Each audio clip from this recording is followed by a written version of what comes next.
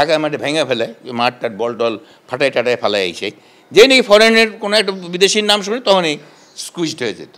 পক্ষে খেলার আগ্রহটা এটা যে তৈরি হয়েছে এটা তো বিরাট ব্যাপার। হ্যাঁ, ন্যাশনাল টিমে খেলে তো পয়সা পায় না। এখন আমি জানি না এখন এদের ফিস কি, ওর ফিলোসফি তো ওর কাছে।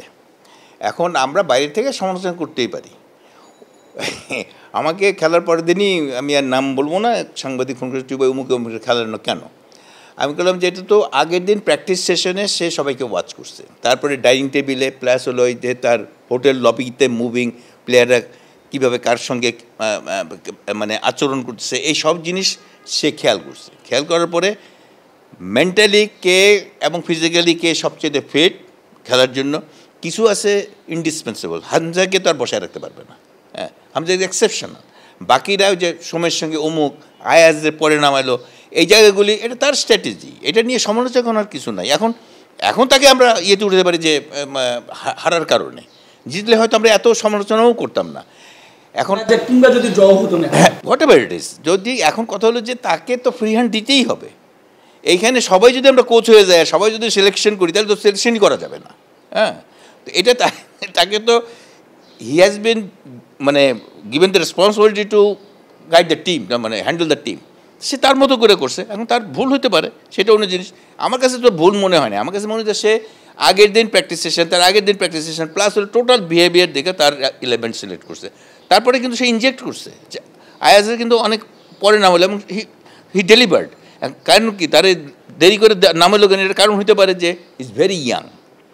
এত ক্রাউড, ন্যাশনাল টিমের প্রথম সে ডিভ হইতেছে, এই জায়গাগুলিতে সব কিছু চিন্তা করতে হবে। তো এখন আমার 90 মিনিটের খেলার মতো লোড নেওয়ার মতো তার না, সেটা না, ওই যে মানে সে স্টার্টিং লাইন আপে তাকে কেন রাখে না, বেস্ট নোন টু হিম। আমার কাছে মনে হয়েছে যে তাকে দেখতে দেখা হয়েছে যে দেখো কী অবস্থা চলতেছে, ক্রাউডের অবস্থা। সে তারপরে প্রথম পাঁচটা কিন্তু সে ভুল করছে সে, তারপরে কিন্তু এরপরে যখন সে সেটেল করে গেল, তারপরে 4টা পাস যে সে বাম পায়ে যে উঠাইলো যে দেখার মতো।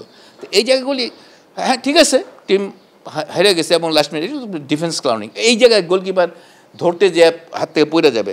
মোরসালিন যে গোলটা করলো আমাদের সেকেন্ড গোলটা, ওটা তো ওদের গোলকিপারের দোষ।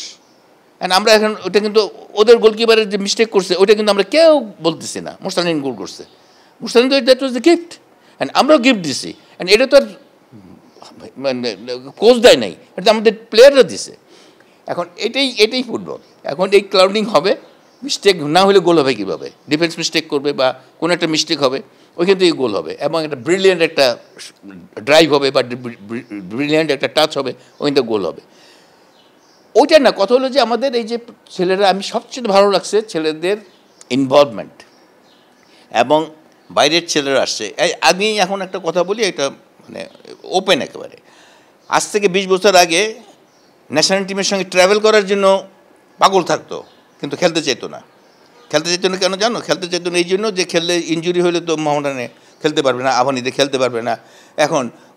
এখন তো তখন ব্রাদার্স ছিল, বিজিএমসি ছিল, এই তাতে হয়তো পয়সা পায়।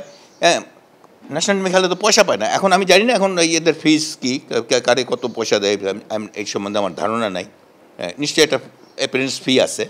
হ্যাঁ, কিন্তু এদের যে ইনভলভমেন্ট, এই ছেলেগুলি যে এই বাংলাদেশের পক্ষে খেলার আগ্রহটা এটা যে তৈরি হয়েছে, এটা তো বিরাট ব্যাপার। আমরা অ্যাপ্রিসিয়েট করা উচিত। এখন ওদের উপরে পুরোপুরি ওদের উপরে ডিপেন্ড করা এটাও কিন্তু আমাদের জন্য খুব ভালো হবে না। এই জন্য ওরা আসার পরে যে একটা এই আগ্রহ তৈরি হয়েছে এবং আমাদের প্লেয়ারদের কম্পিটিটিভ অ্যাটিটিউডটা যদি গ্রো করে, হ্যাঁ, তাইলেই মানে এটা আমাদের জন্য উপকার হবে। এখন আমার কাছে ভালো লাগছে যে তারা যে লাস্ট মিনিট পর্যন্ত মানে ফাইট করছে। এখন আমাদের লিমিটেশনস আছে, এন্ট্রান্স লেভেলে হয়তো সবাই একরকমের না। এই জায়গাগুলি রিপেয়ার হলে আমরা একটু ভালো করবো। তো ভাই, আগে তো নেপালের সঙ্গেও যদি আমাদের বলতে মানে মানে অস্বীকার করার কোনো উপায় নেই। আমাদের ছেলেরা নেপাল বিদেশ এটা শুনলেই দেখা যায় আগের দিন থেকেই তারা মন টন মানে আরে কী হবে। হ্যাঁ, ঢাকায় মাঠে ভেঙে ফেলায়, মাঠ টাট বল টল ফাটায় টাটায় ফেলায় এসে যে নাকি ফরেনের কোনো একটা বিদেশির নাম শুনে তখনই স্কুইজড হয়ে যেত। এবং দেখা যায় যে যার যেই পারফরমেন্স, তার অর্ধেক পারফরমেন্সও করতে পারতো না। ওই জিনিসগুলি কেটে গেছে এবং এটা আমার কাছে ভালো লাগছে। কিন্তু কথা হলো যে আমার দুঃখ পাইছি যে ডিফেন্স ক্লাউনিংগুলি, ওদের 3টা গোলের জন্য আমাদের ডিফেন্স এবং গোলকিপার রেসপন্সিবল।